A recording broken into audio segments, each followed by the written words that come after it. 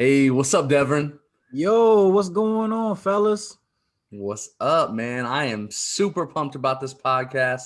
Um, as you guys know, we recorded another podcast earlier today, and we're here with our newest friend to the show, Mr. Rondell Treviño, the director and founder of the Immigration Coalition. We'll talk more about that later.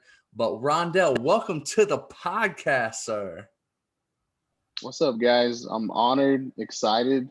I was really looking for. I'm really looking forward to this podcast because it's the first one that I get to talk about immigration and the Dallas Cowboys a little bit. So that's cool. I get to marry both a little bit. So Hey, I'm Dave, I'm passionate about both. So no, I'm sick of getting Cowboys fans on this show, man. That's it. Just end it right here. So Rondell, man, tell us a little bit about yourself. Share with the people about your life. yeah, Rondell Treviño was born in Texas, Big Spring, Texas area. Lived there until I was 21, moved to Memphis, Tennessee. In June of 2009, and God graciously saved me. Ended up staying in Memphis for 10 years.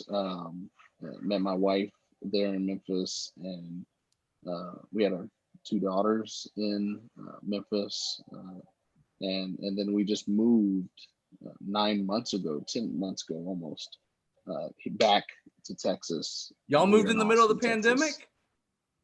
Yeah, we moved like on March 15th, 16th. It was like right when it started spiking. We were trying to get as quickly as possible to. Yeah, it was crazy. Wow. We've yet to still experience like a real Austin traffic and all that. So yeah, we felt like God was leading us to come. And then when we got here, I was like, God, I don't know what.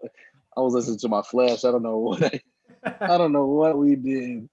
But thankfully, God has really blessed the ministry and what we're doing here as we're closer to the border, and immigration is just a really important topic here. And we also are more like nationally known in some ways. So I don't have to be in a specific place. It's kind of just being a little everywhere with educating people, but being as close as we can to the border, it's also a huge blessing. So yeah, we've been here.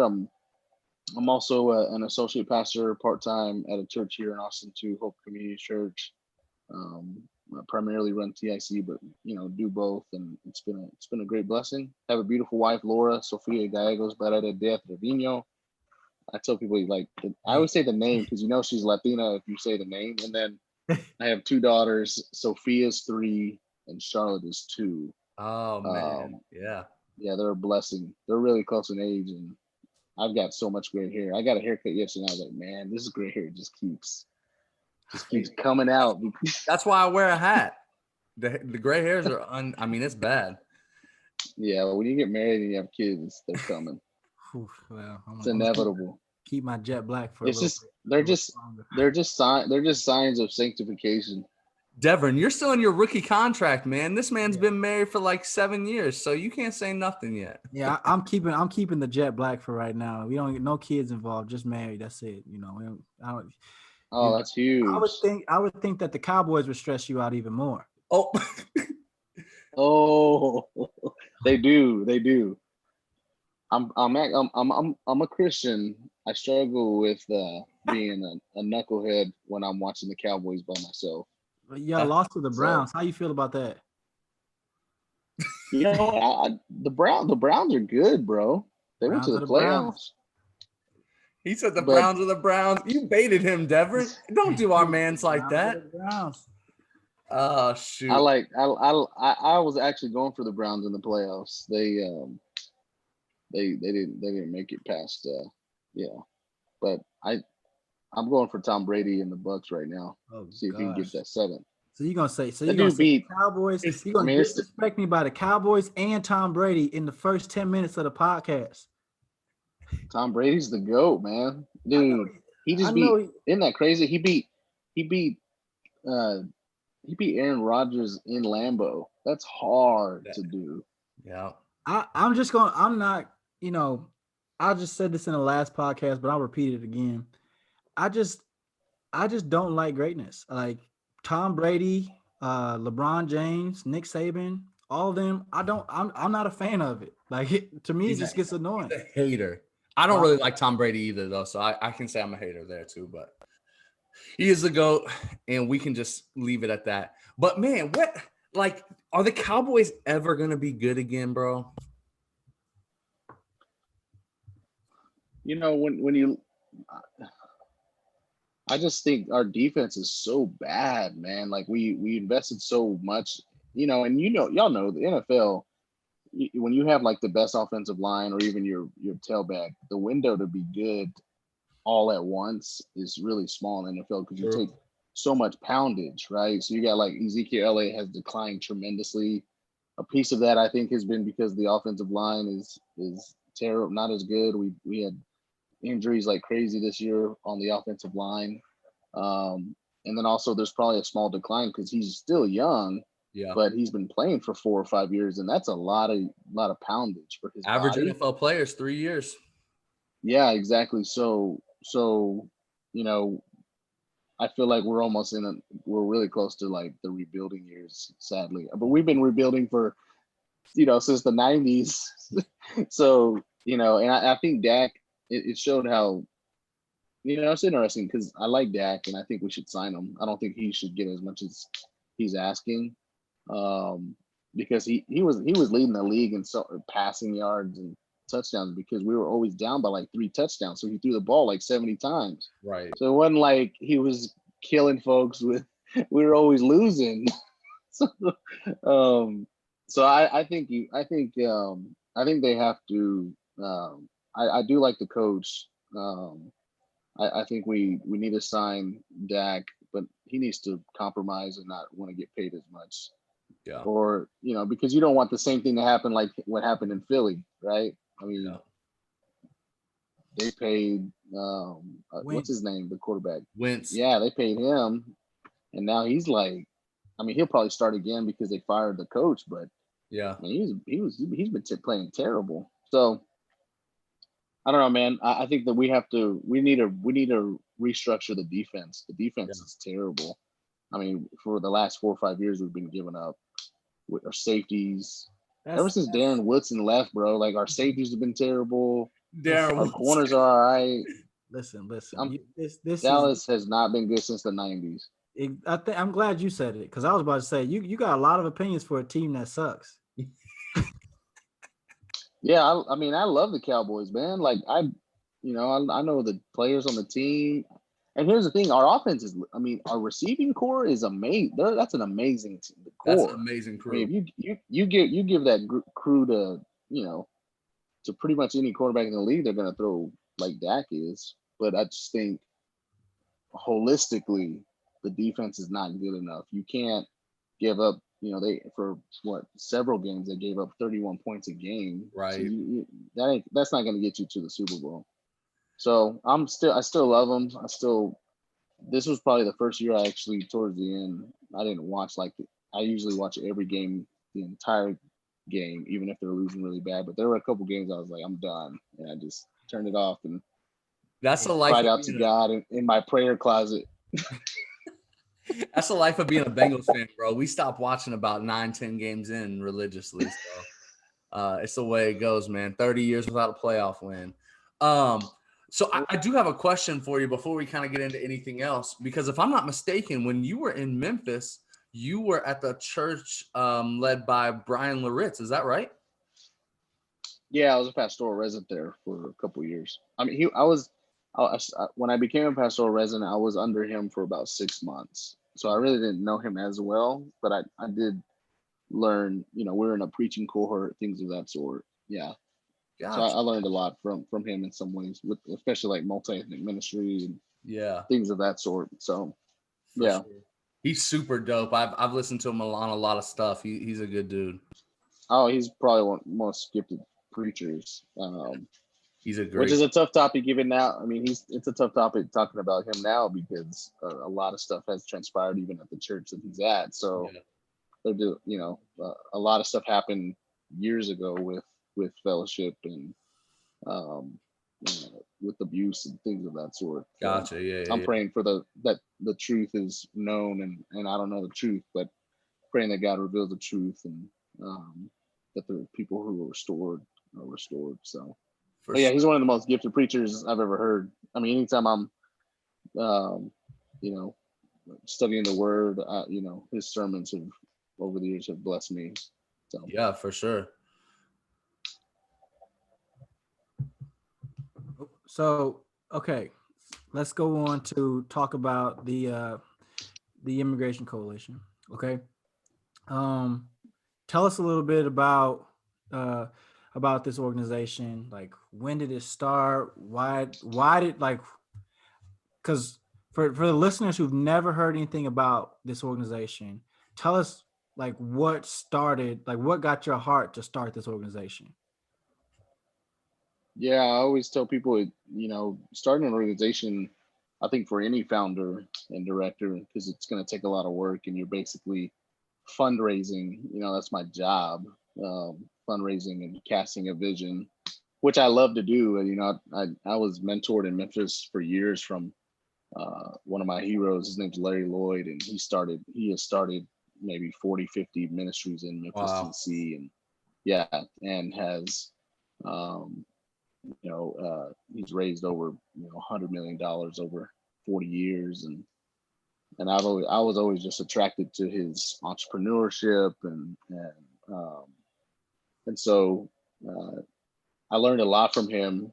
And when I was in Memphis, I was like, man, I don't know if I want to start something on my own, but I'm passionate about immigration, and it primarily came from my being married to my wife, who's an immigrant, who were excited that she's been here 4 years. She took the naturalization test in San Antonio a couple weeks ago and crushed the test, and so she's about to be a U.S. citizen. So I'm really excited about that. So awesome. And we also just brought her on too as our operations and finance director for TIC. So it's a huge blessing. We get to work together.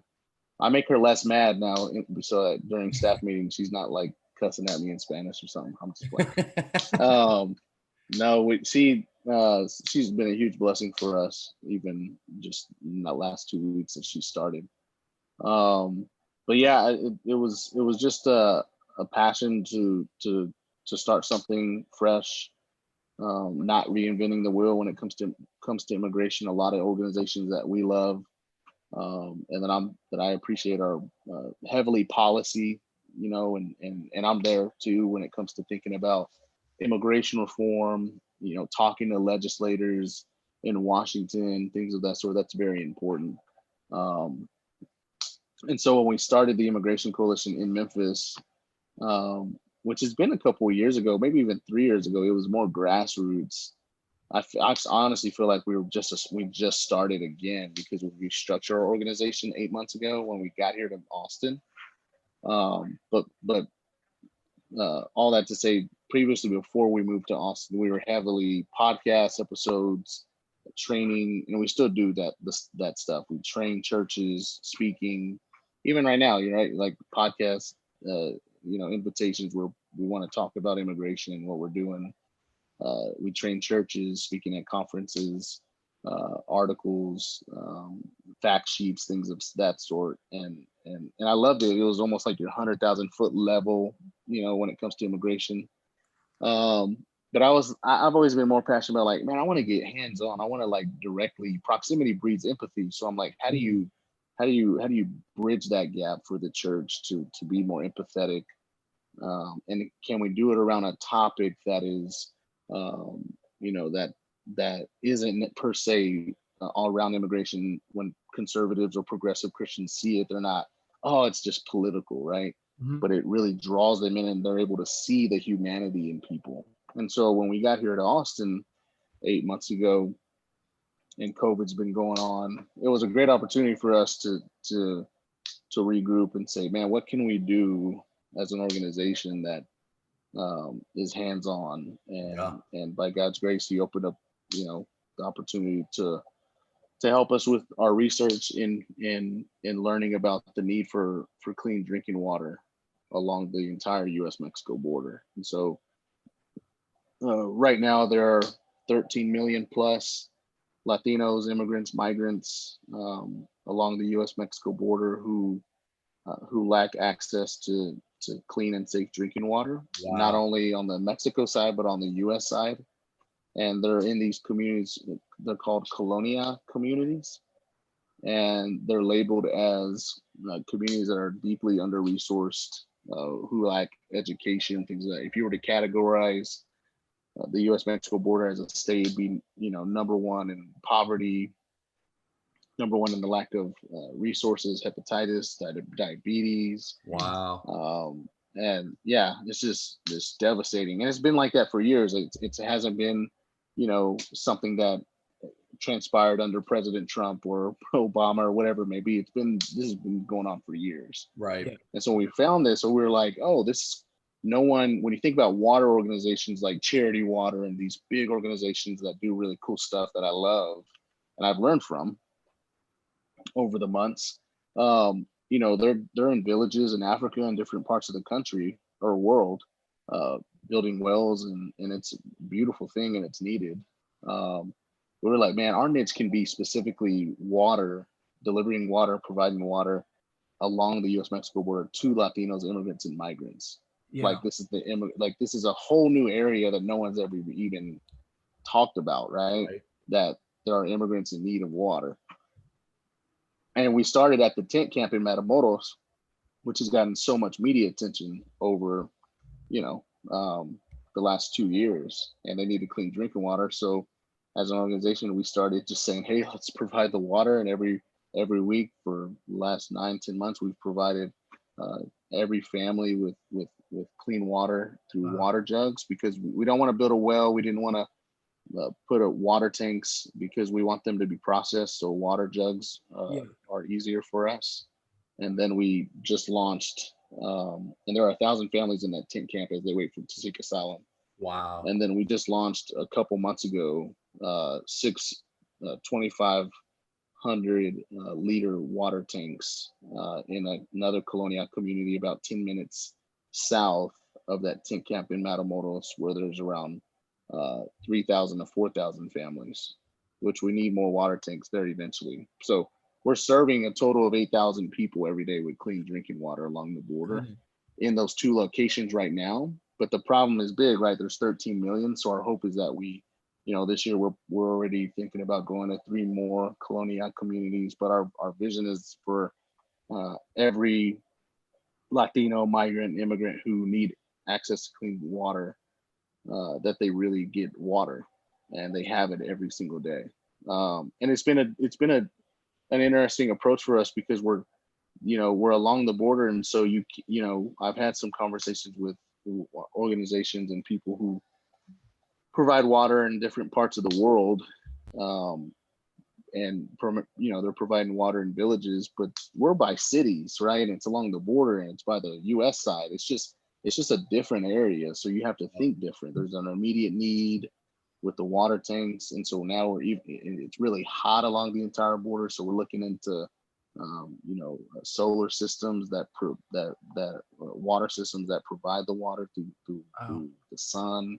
So there's a lot of different approaches, and we're just learning about it, and we're new to it. It's been 9-10 months in the making. So that's awesome. We're really excited.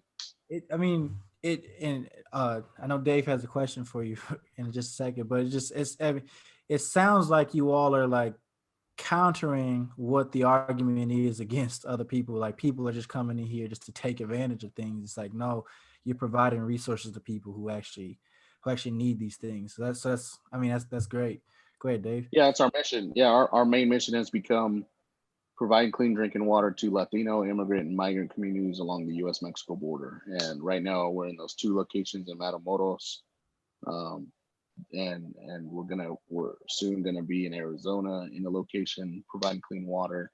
Wow. Another area in Mexico, and then one on the Texas side. So our hope is that we can do 2 or 3 projects a year. Yeah. Because we want to be able to build and train the people to take ownership of the water themselves. So what our strategy is, we identify the community, we build relationship with the community leaders that are in the community already. So we're, although we're more national We raise the money, we provide the water. When we get there, they might know us, but they know the people who've been there for years more than us. Right. And they take ownership of the water themselves, which creates sustainability. And then we invite churches, organizations, and people of goodwill to say, hey, you know, I want to provide clean drinking water for a family along the border, and it's $48 a year, or it's $4 a month. So we make it affordable for people to partner. $48 a year. That's it. Yeah, $48. Yeah, $48 for 1 year will provide clean drinking water for a family for an entire year. That's or $4 a month. Yeah, so we make it affordable for people on, especially during COVID. We make it affordable for folks who want to partner with us. And then also, hey, if people want to donate anything, whatever they want for future water projects, because this is something that's going to be, you know, for years to come. It ain't going away.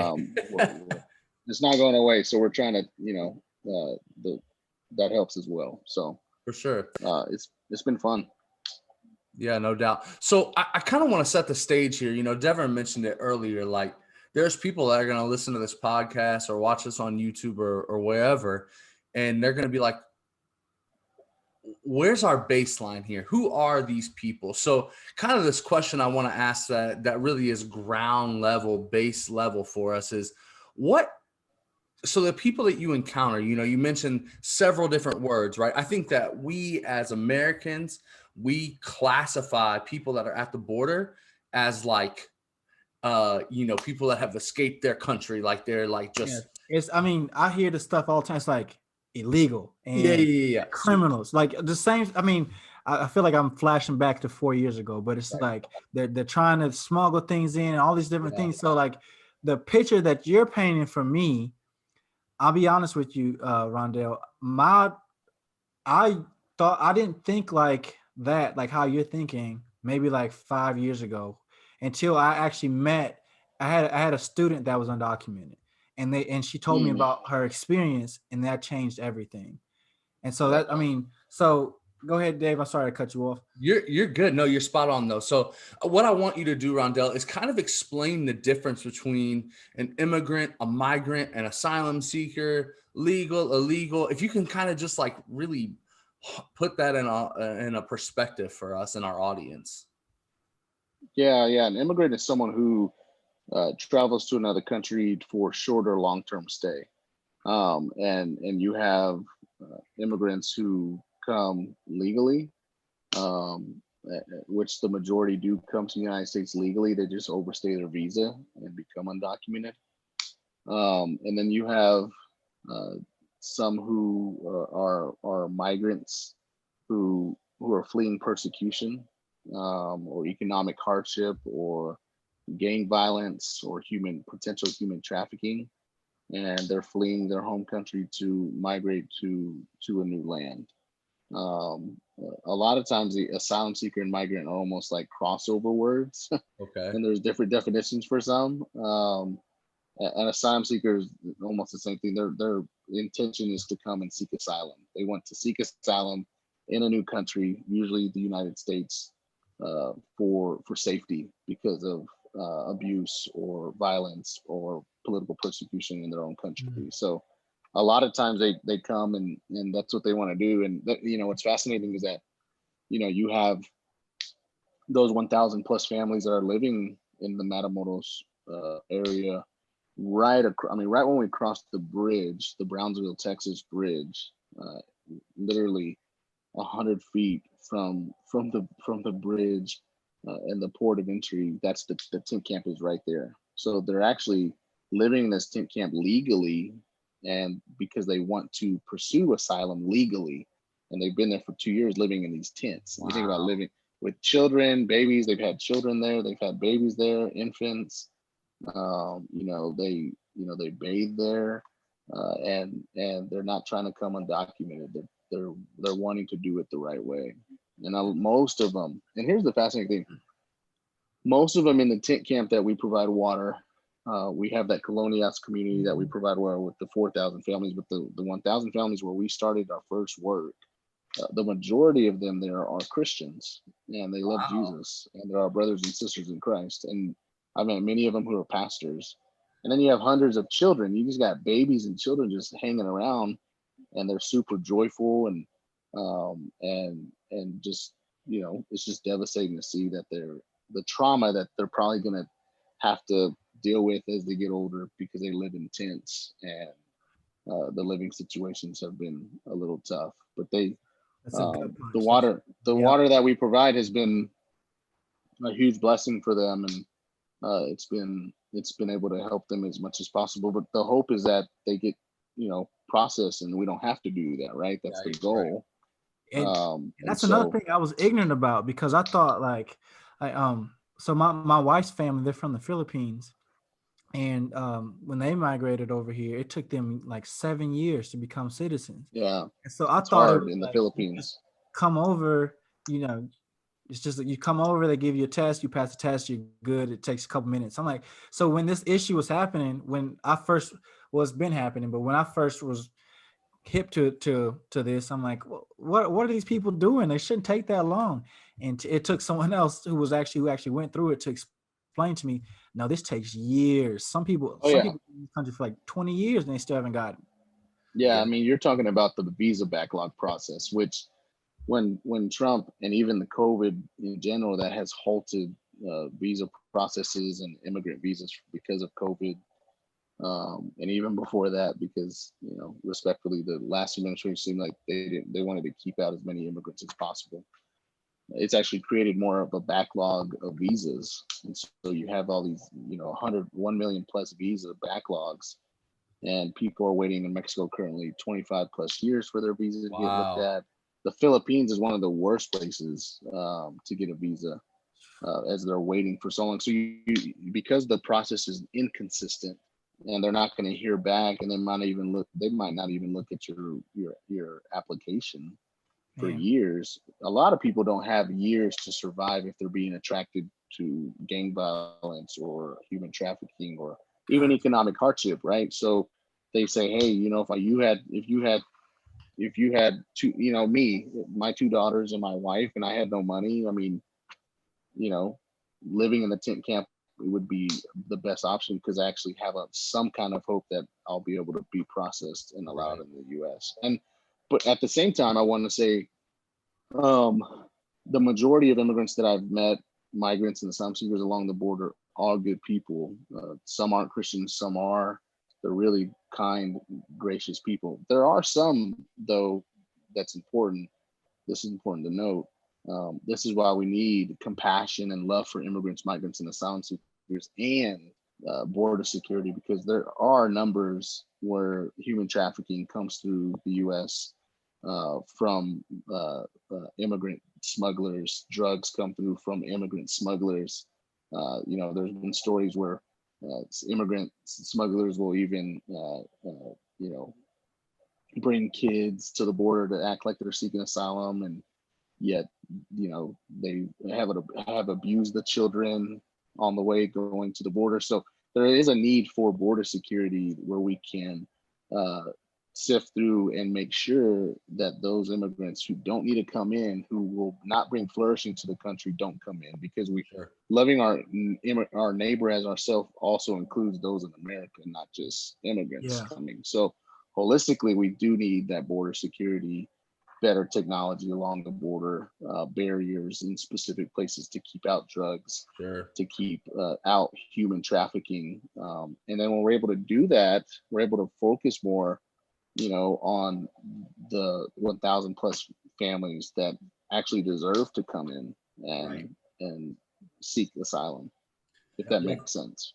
Yeah, for sure. So you just touched on something that I kind of want to flesh out. I'm going to pose this question to Devon, because, for me, I kind of want to set the stage for the second part of it. And that is, like, Devon, what do you feel like the average American, I'm going to say American Christian, but I kind of just want to broaden this to what do you think the average American response to immigration and border security is? Yeah, I think it depends on who you ask for. So if I'm representing America right now, my answer, I would say that half of us will say that we need to tighten up security at the border and don't let anyone in unless they wait their turn, because everyone else has waited their turn from other countries.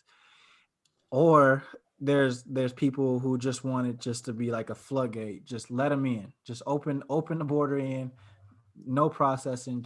Let's just let them in. And yeah, so I think if that answers your question, Dave, that's what I think most people think. I think another thing that I hear a lot, especially from I think people that are in like that have families, is like, well, why would they put their families at stake to go to the border and potentially subject themselves to, violence or lack of resources, things like that. So those are definitely things that I hear frequently when this matter is brought up. So Rondell, I kind of want to pass this back to you and ask, in your discussions with immigrants, migrants, asylum seekers, Latinos at the border, why do they say, you kind of touched on this earlier, but why do they say they risk their lives for the opportunity to come into the United States? And is it worth it to them? Yeah, it's when you're fleeing persecution and economic hardship, and even my wife can educate most people on this, but just the governments in general that in those countries are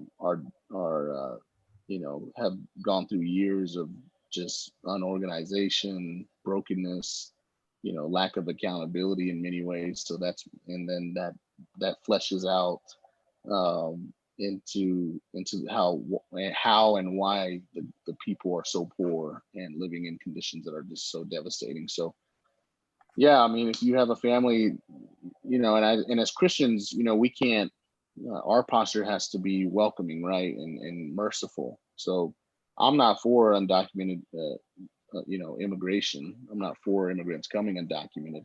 But if someone comes undocumented, my first thing will not be, you need to go to get in line and go back on your side and then apply rightly. That's not the posture of Christ, right? Yeah. How do I show?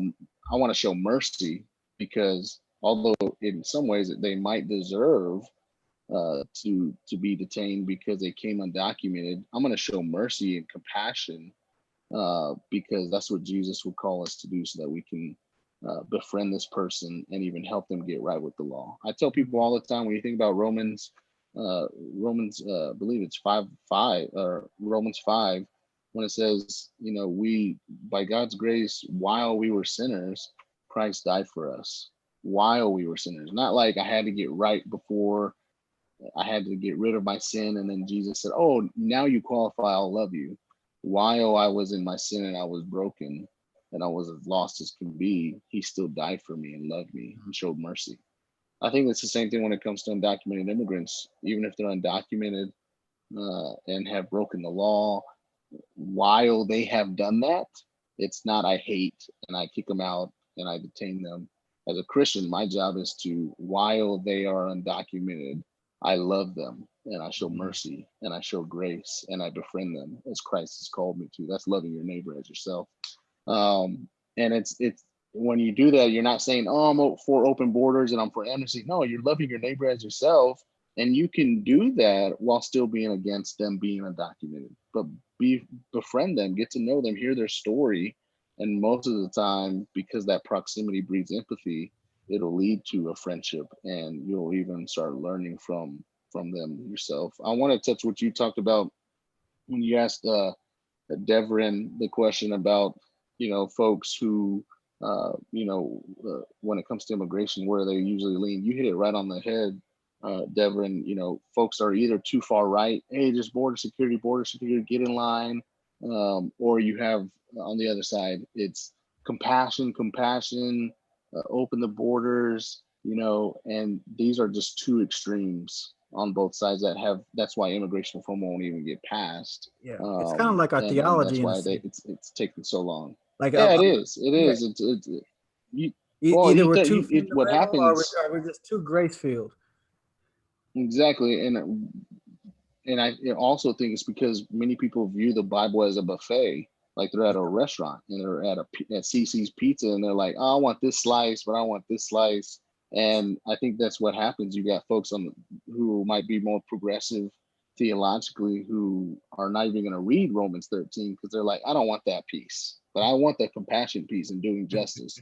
And you have more on the conservative right who might be like, I'm all for border security, Romans 13, obey the law of the land, but I don't want the justice stuff. That's Marxist, and that has nothing to do with Christ. That's not a part of God's character, even though it's clearly in Scripture. And so you have these two sides, and it's a toxic relationship, and it just hurts the conversation. And so we have to continue as Christians to say you can do both, and you should do both.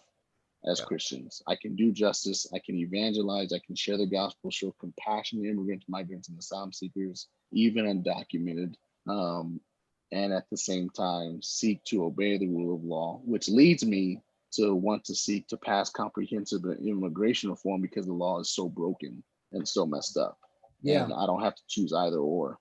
It's kind of like creating that new narrative in a sense. And so I've been to your website, and I suggest anyone who's listening to this, watching this, go to the website. It's really dope. You got some good resources there that's really useful for people.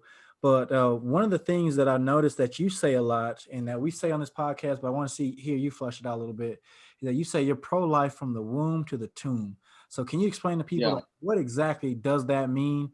Like, because I get the sense like right now we're at this time in Christianity where people are like, they're starting to get a little like tense whenever people say that. Like, well, wait a second, you sound like a social justice warrior here. What does it mean when you say womb to the tomb? Yeah, it's a holistic theological view of human life, right? Yep. And it's not negating, and this is why I think sometimes folks might wrestle with it. They feel like when you make it from the womb to the tomb, being pro-life, that it almost dehumanizes being pro-life for the unborn. When in actuality, if we are pro-life from the womb to the tomb, including from unborn babies to immigrants, Black lives, the poor, abused, the LGBTQ community in the sense of loving them and caring for them and befriending them, even while disagreeing, caring for refugees, migrants, things of that sort, then we're holistically living the way Jesus calls us to, and the way he, being pro-life from the womb to the tomb is obeying the greatest commandment. It's loving your neighbor as yourself. And it doesn't, the religious lawyer in the Good Samaritan only wanted to choose and love those who he thought was his neighbor, but he didn't know who his neighbor, he wanted to love the neighbor who looked, viewed, thought, and acted and voted like him. Jesus said, okay, go ahead. It's radically different, right? The Jesus approach is you're called to love people who think, act, view, and vote differently than you. Hey, I'm about to throw a and you give me hype. So, yeah, so no, but as Christians, that's how we're called to approach things, and I think being pro-life from the womb to the tomb is deeply theological, and you can even start from Genesis, right? Genesis chapter 1. Everyone's created in God's image. Yeah. So and that's the basis of our dignity, right there. Is because we're everybody deserves respect, dignity, love, and friendship, even if you disagree. I think that's the thing. I think that's a political statement to say that everyone deserves dignity. I think that's a exactly statement to say that. Exactly. That's good. We got a statement over here, Rondell. Deverin's wearing it on your shirt, man. Love your neighbor, bro. That's what we say every time we're on the podcast. Like, there you go. I love that. Love your neighbor, bro. And you say it so well. Like something that like is so funny to me. And I told you this on the phone the other day, bro. Is like I share a lot of stuff on Facebook and on Instagram and different, social media platforms. Aside from my family posts about my kids or my wife or whatever, the posts that get the most engagements are yours. And I think it's because you sit in this space that's so countercultural, right? It's counter to the world in the sense that when people that are progressive, worldly viewers, or the conservative right, the ultra conservative right, you sit in a space that kind of upsets both. Like you have the tendency that you can make both of them equally mad in one tweet to the next, right? Like, so, you know, for yourself, like, how do you fit in that space and like be comfortable with the fact that you're kind of getting that like headbutt from both sides of, like, not necessarily even the political spectrum, but the political spectrum and the religious spectrum? Like, how do you sit there and like just be okay with that? Yeah, one of the reasons I'm able to sit in it is because I honestly don't read a lot of my comments, especially on Good for Instagram. you. So my wife will go through sometimes and she'll just be like, "Did you see what this person said?" I'm like, "No," because it probably would hurt my feelings, and you know, and sometimes I'll engage though in dialogue just to be like kind and respectful, and even But it's so practice that. gracious, bro. You do it so graciously. I try. Yeah, I try. I try to be. And you know, like for example, the tweet that I came out the other day was, if pro-life to you only applies to unborn babies, then you're pro-birth, not pro-life. If pro-life to you only applies to immigrants, Black lives, poor, etc., then you're pro-human outside of the womb, not pro-life. Being pro-life applies to life inside and outside of the womb. Yeah, that one right there, like you said, David, it'll spark the right and the left. Yeah, and I feel confident in it because you know, I feel like it's biblical. I Right. mean, it's biblical. I mean, God, you know, God in His Word talked about, "I formed you in your mother's womb." You know, I created you, and then He talks about, you know, calling the Israelites to love the widow, to love the poor, to love the stranger. And it's, and even the Old Testament, even in the Old Testament, he's pro-life from the womb to the tomb. And then Jesus comes on the scene and actually, you know, while the Pharisees are saying you can't get near a leper or you can't, and all these stipulations, he's actually engaging with the woman at the well. He's engaging with, you know, use the perfect example of the Good Samaritan engaging with the beaten man on the side of the road when the priest and Levite walk on the other side. So when people only, I think, narrow being pro-life to the unborn, then they're going to be like the priest and Levite and say, "Oh, because I'm pro-life only for the unborn, when I see the undocumented immigrant on the side of the road, I'm not going to help them because this is what pro-life means to me." That's a narrow view of pro-life. But if our pro-life understanding of from a theological perspective broadens from just not just the unborn, which is vitally important, but also the immigrant, the Black life, the poor, then when I walk by the side on the side of the road, I'm not going to walk away from the person because I'm too busy, or it would bring shame, or I'd be dirty and I have to be cleansed in that context. I'm gonna be moved to compassion because this is what I'm called to do. I'm supposed to show compassion for anybody in need. Right. And I think the Good Samaritan shows us what that looks like, you know, in a profound way. Yeah. So. Absolutely, man. Absolutely. So, you know, a question I have more, you know, specifically around the Immigration Coalition is like, you know, we talked about it earlier, like the water crisis is probably not ending anytime soon.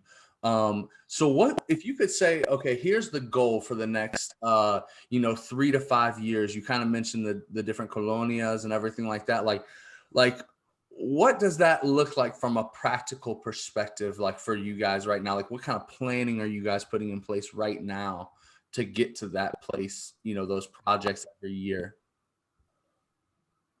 Yeah, our hope is just continuing to slowly and yet steadily go into these 2 or 3 communities every year, right?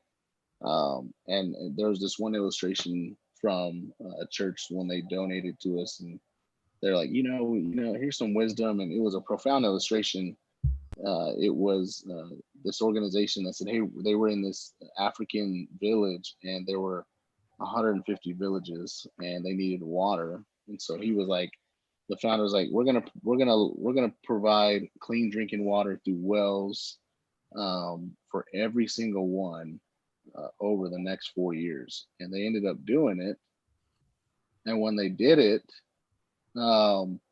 after 4 years, by the time he got done with all 150 wells, by the time we got done with the last one, all the previous wells were not working.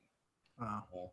And so it was basically an illustration that, you need to take your time in doing that stuff, and you can't tackle the problem in 4 years, because if you're not there in the community, and you don't get to know the people, and you don't build a relationship with the people, and you don't share the gospel, and you don't train the people to take ownership of it, then it's gonna fail.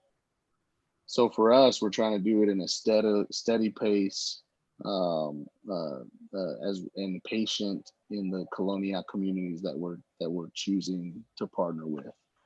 So that's our hope. Our hope is to go in 2 or 3 every year, and as we grow prayerfully, we'll see where it takes us from there. But God has really been good to us, and we've had people from all around the world partner with us. We just had somebody from Australia partner with us yesterday, and Wow.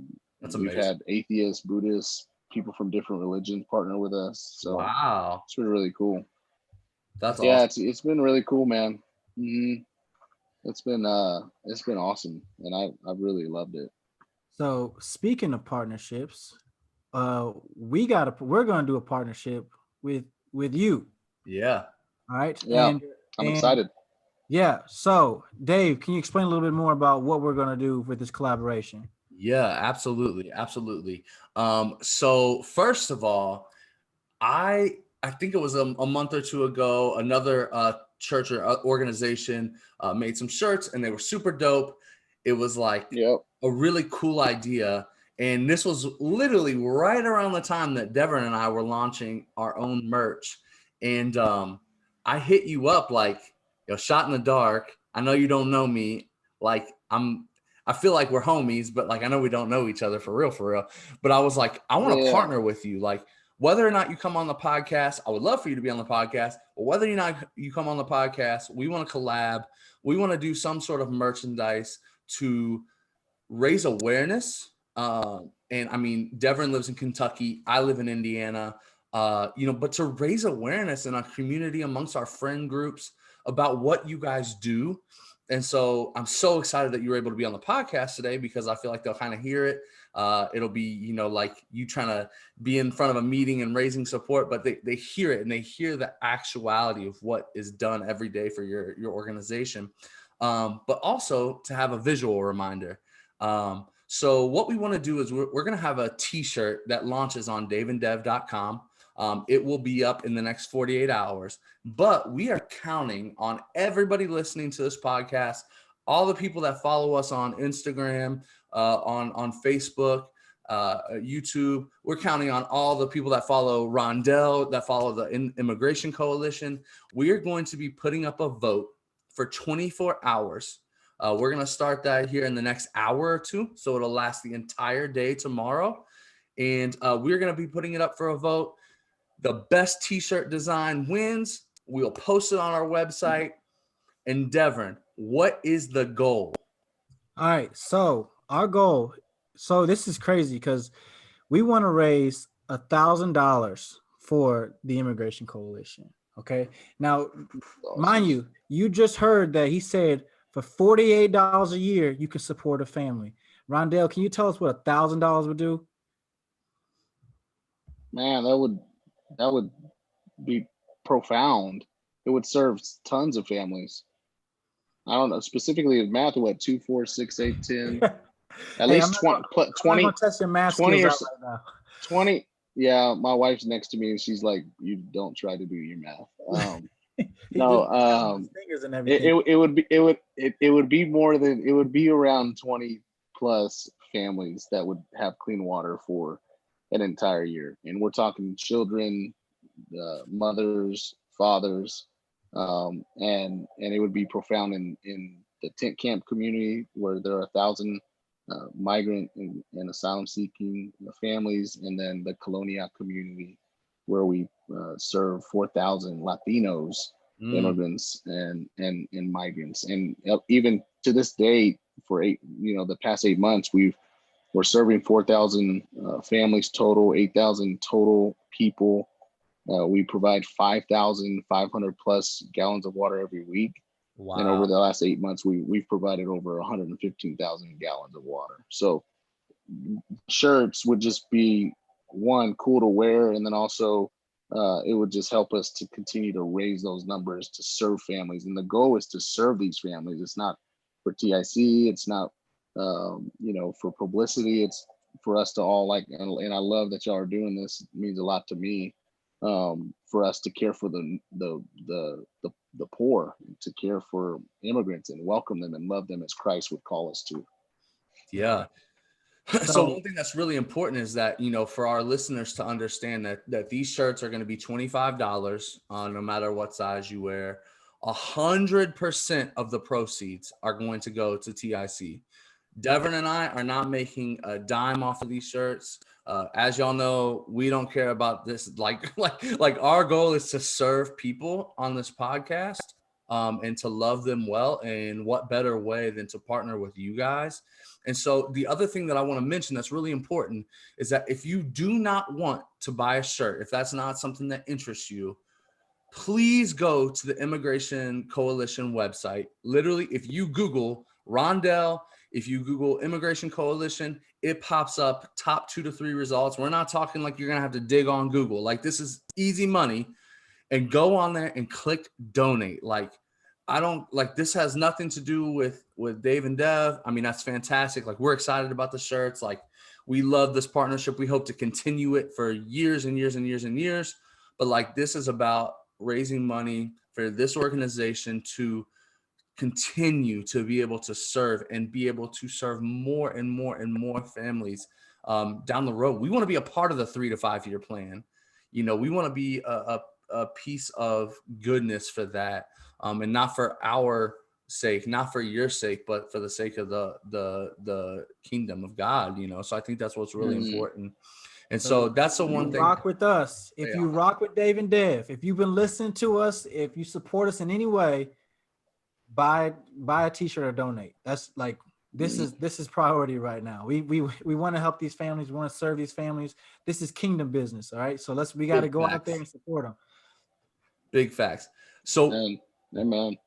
That's what we're, really excited about. I think I teased it like a month ago on the podcast. Like, I cannot wait till we get to tell about this. And so it's here. We're really excited, Rondell. But I want to say this show ain't over. This show ain't over. We got a few more things to cover. So before we get into the rapid fire, we got 2 more questions for you, Rondell, kind of surrounding all of this. So the first question I have is in your mind, if you could point out, 2 to 3 resources, we'll include the Immigration Coalition in the resources, but what's 2 to 3 resources that people could go out and find, whether that's at a library, on Amazon, on Google, a book, whatever. What are some resources that you recommend to people that are trying to learn more about the situation of what's really going on at the U.S. and Mexico border? Yeah, I would say if you want to get a theological framework on immigration, the book that I love the most for me personally is it's from Daniel Carroll. He's a PhD professor at Wheaton in Chicago, Guatemalan as well, and half Mexican, I believe. Solid brother. You won't hear about him on social media. He don't have one, but the dude is one of my heroes on immigration. He has a book called I believe it's called Immigrants at the Border, Christians at the Border. And he just talks about the framework in which we are called to love immigrants. And he helps us to frame our thoughts, view them from the image of God before you watch a news station, view them from the image of God before you listen to your favorite politician on the topic. And that way you're able to sift through truth and know what's wrong. Yeah, so it's called Christians at the Border. That's really awesome. Good book. I also would recommend everything that Tim Keller says about justice. I would say people need to read on. I mean, the dude is prophetic in so many ways. And I love his book, Generous Justice. It's one of the most important books to me behind the Bible that I love to even revisit. He talks about biblical justice. Biblical justice is giving somebody what they are due, either punishment or protection or care. And so it's not, you have some folks who are more conservative that view biblical justice as only punishment for wrongdoing. Yeah. And that's why some can look at undocumented and be like, they need to be punished and sent back home. But it's not just that, it's also compassion and love.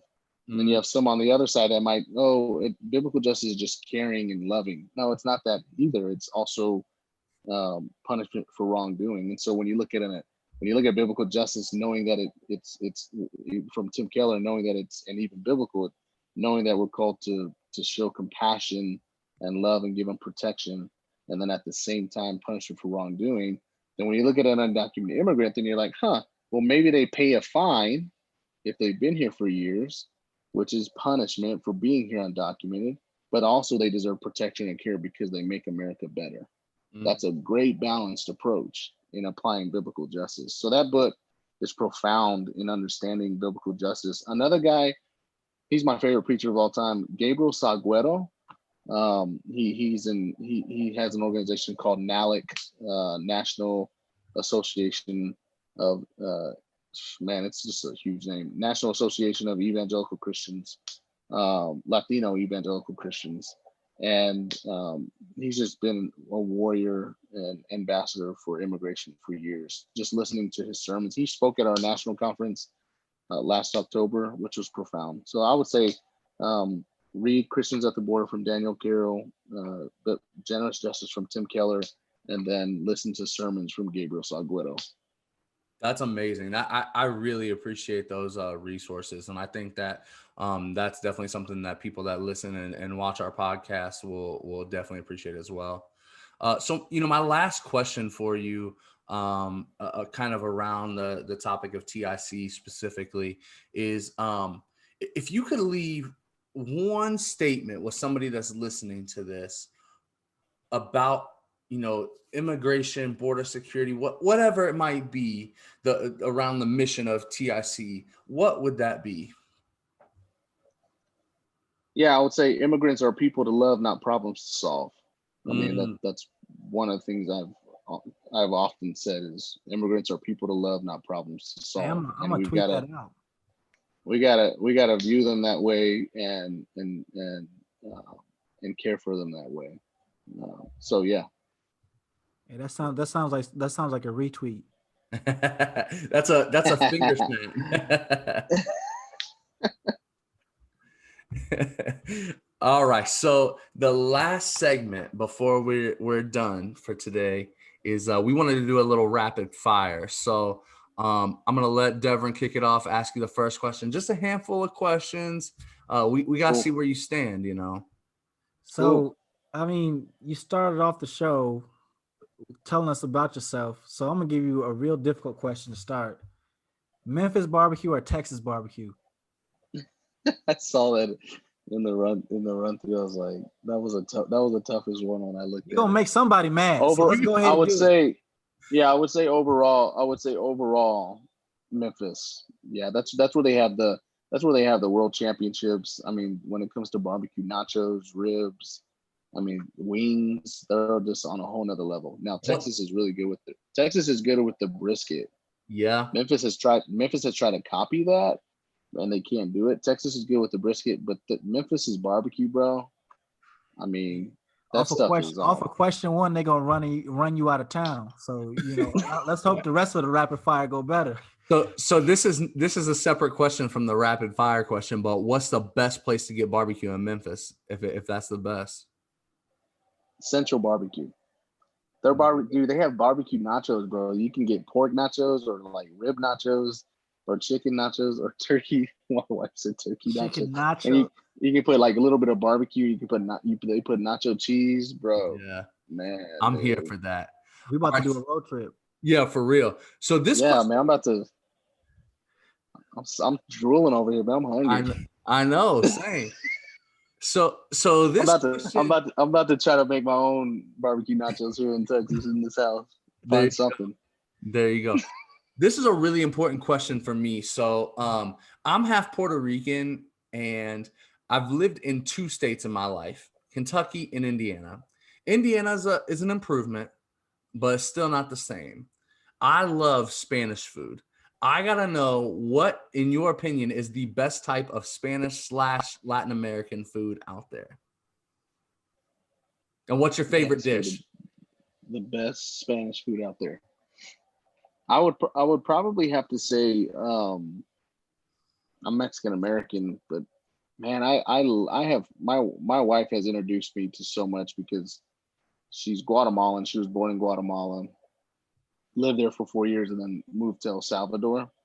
But man, I don't know if y'all ever had pupusas before. Okay, that's probably my favorite. Explain, what is it? So it's basically, I mean, you got like Mexican quesadillas, and then you put, cheese and the tortillas on top, and the cheese in the middle.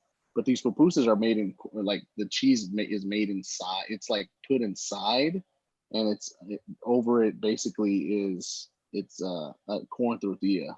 But the way they make it is profound, and then they give you this tomato sauce that you put on top. Oh, bro, man, it's amazing. Bro, I'm drooling. They're profound. You need to Google wherever y'all are. There's probably some Salvadorian restaurant that has pupusas. They're a cheese pupusa. That's the goodness of the Lord right there. That's what that's. We love the chicharron and cheese pupusas. Those are good. But I would say my favorite dish, that's probably the best I've ever had. My favorite personal dish is probably chicken enchiladas with rice and beans. Yeah. So, okay. All right. Yeah. All right, Rondell. Man, y'all, man. I know my wife's hungry. I know we're hungry. I have to go get some Mexican food. Hey, okay. No more food. No more food questions right now, because I'm starting to get. Yeah, I'm ready to click done and go eat. So. Yeah, so we can't do that. What's the favorite place that you visited? My favorite place that I visited, Guatemala. I love Guatemala City. Is absolutely amazing. Along the coast of Guatemala, that's where they have the most in the world, the most volcanoes. Oh, just tons. I mean, there was times I was flying into close to El Salvador, and we'd be flying in the clouds. We'd be over the clouds, but the tip of a few of the volcanoes would be over the clouds, just steaming. Shoot. That don't sound safe. That don't sound safe, dude. No, it ain't safe, because not too long ago, I think 4 or 5 years ago, one of the volcanoes exploded. Yeah. But it's beautiful to see, and just the scenery. Yeah. They have a jungle. Guatemala is a really nice place. The city's awesome. Really beautiful. Yeah, it's really nice. So if you could live or vacation anywhere that you haven't been yet, where would that be? I would probably say Italy. Okay. My wife and I, we talk about that often. She wants to travel the world one day, so. Me too. But she's mentioned Italy, so I'd like to go to Italy. Check it out. Me too. I agree with that. That'd be one of my kind of dream places too. Yeah, man, that'd be fun. I love Italian food too, so. Oh yeah, for real. All right. So man, you keep talking about food, bro.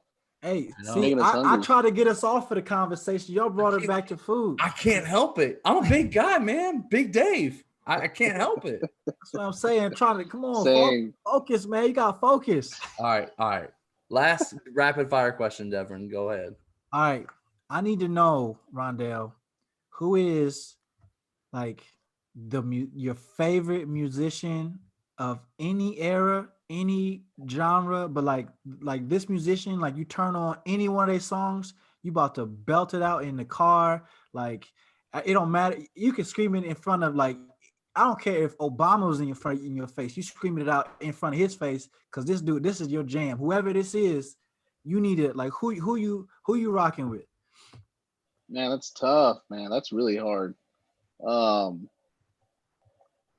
love Boyz II Men. Oh shoot! They're like the greatest. They're like the greatest. Oh yeah, And they're that, like the and that greatest. explains you a family man. You a family man. That's all I Oh gotta yeah, say. yeah. Boys to Men, bro. They go Hey, I in. love it. Drop the mic on that. He's a family man. That's what that means. Yeah, boys, That's what that means. boy, boy, boys to boys to men, man. But you know, I think the greatest singer of all time, like voice wise, is which I was asking my wife about. What's his first name today and yesterday? But he's the lead singer for Queen. Oh, Freddie. Freddie Mercury. Yeah. Yeah, that dude had some struggles. That dude's voice was Yeah, it was crazy. absolutely amazing. I mean, it's so when he sings, that's that dude. Like Yeah. nobody can sing like him. He had a profound voice. Profound. I'm always fascinated when I hear his voice. From Boys to Men to Queen, you're all over the place. Cultured. That's good. That's culture right there. This man said Boys to Men, Dave. That's I'm not gonna lie, that's like top 3 highlights of this entire episode right there. like IGTV is gonna be that quote. I mean, yep. I don't like to judge a book by its cover, but this book was not saying Boys to Men when I first started this podcast. You thought I was gonna say like the Cumbia Kings or I don't know. I don't know what you were gonna say, but Boys to Men, that's a family group right there. That's all. You thought I was gonna say Selena or something like that. You know what's funny is in the back of my head, I swear I thought you were gonna say when you said who's the singer, I thought you were gonna say Selena too. I was like, please don't say Selena. Please don't. Don't say that right. Man, she was solid, but yeah, she's not up there for me. Rondell, yeah, Boys to Men. We love having you on. We got to have you back on. Like, I feel like this is the first time I've met you. I always say this to my guests, but like, I feel like you, like, anytime you come on the show, you're a homie. You're like another person at the table. So I really appreciate you coming on. We got to have you back on the show sometime, and then I can make. Yeah, let me know. I'd love to be a part of it. I get asked to speak on a lot of podcasts. This has been one of my most enjoyable because I'm able to talk about sports a little bit and music. Yeah, I like how y'all. I can make fun of you. I like how y'all make Cowboys. Yeah, and one day when they win the Super Bowl, I'm gonna make sure I'm on the podcast. Oh, when they win if they ever win the Super Bowl in my lifetime, I'm having every Cowboys fan that I've ever known in my life on the podcast to celebrate. Don't forget about those Dallas Mavericks and Luka either. Hey, I like him. The boy's cold. Yeah, real cold. He's slow. He's as slow as a turtle and gets buckets. He's got old man game. He does have that. He's got that uncle game. I like it. It's like that'll last for a long time. Pierce. He's like a better Pierce. Yeah, he's bigger too. So I appreciate y'all, man. That was fun. Yeah, absolutely, man. I look forward to, the continued partnership. As I said earlier, man, I can't wait to see us sell like maybe even 200-300 shirts. I mean, I'm not trying to get greedy here with what we can sell, but I'm just saying 100 is our base. Like that's the floor in which we walk on. Like we want to go higher. Rondell, you got 15,000 Twitter followers. All right, we're gonna get to 100 some kind of way. That's a fact. I'll retweet for sure. That's a fact. I'm excited. Well, Rondell, we appreciate you, man. Thank you so much for being on the show. Devin, as always, my brother, I appreciate you. Until next time. Peace. Appreciate y'all.